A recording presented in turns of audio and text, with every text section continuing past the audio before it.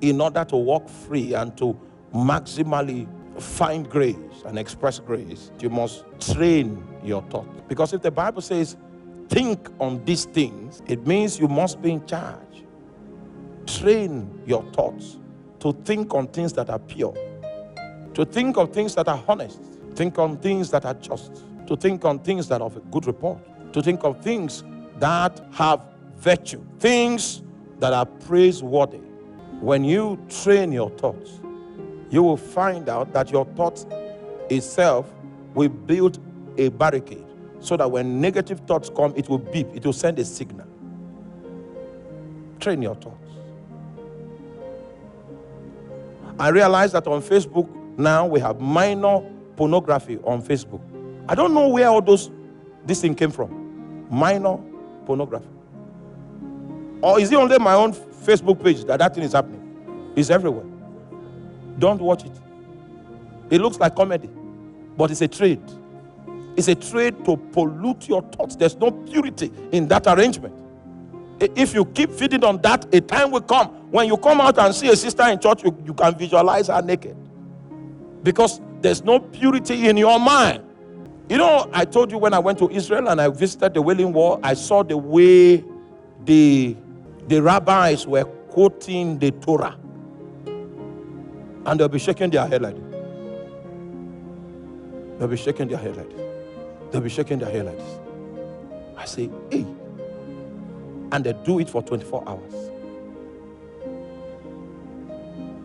The requirement of the Bible, they have fulfilled it. This book of the law shall not depart out of thy mouth, for thou shalt meditate upon it day and night. Bible scholars, because I read some historical perspective, that chief priest, that high priest that condemned Jesus to death, they say his thoughts, he was not keeping the law of thought, which is to be reading scriptures. He stopped doing it a long time ago. That was why Satan was able to inspire him with that idea. That the idea of keeping your thoughts flowing with scriptures is so that you begin to think in scriptures. Think on these things. The things you cannot do because of the way you think. For some of us, casual immorality is not part, we don't think of it. Do you understand that? It is not that opportunities for such don't come, but the door to it is closed in our thought. So when those opportunities rise, it's as if I'm in an atmosphere of COVID. Close the door to immorality in your thoughts. That for me it is not an option, and it will be so.